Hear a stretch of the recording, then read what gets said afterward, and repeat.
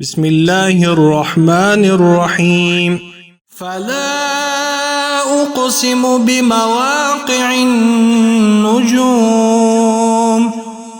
وإنه لقسم لو تعلمون عظيم إنه لقرآن كريم في كتاب مكنون لا يمسه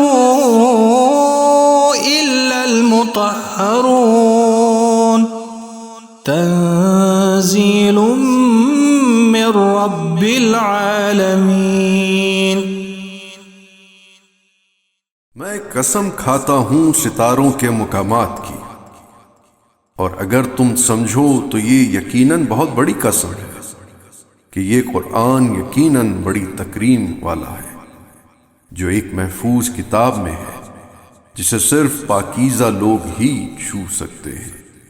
یہ عالمین کے پروردگار کی طرف سے نازل کرتا ہے۔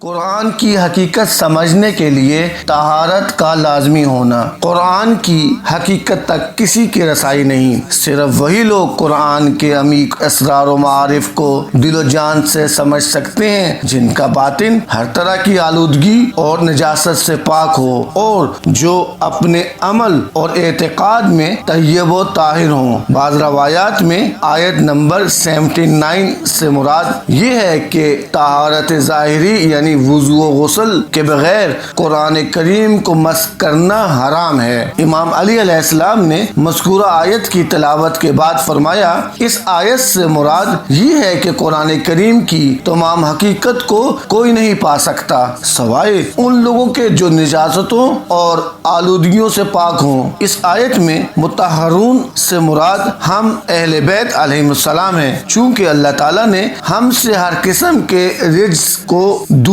کیا ہے اور ہمیں ایسا پاک کیا ہے جیسے پاک کرنے کا حق ہے۔ والسلام علیکم ورحمۃ اللہ وبرکاتہ۔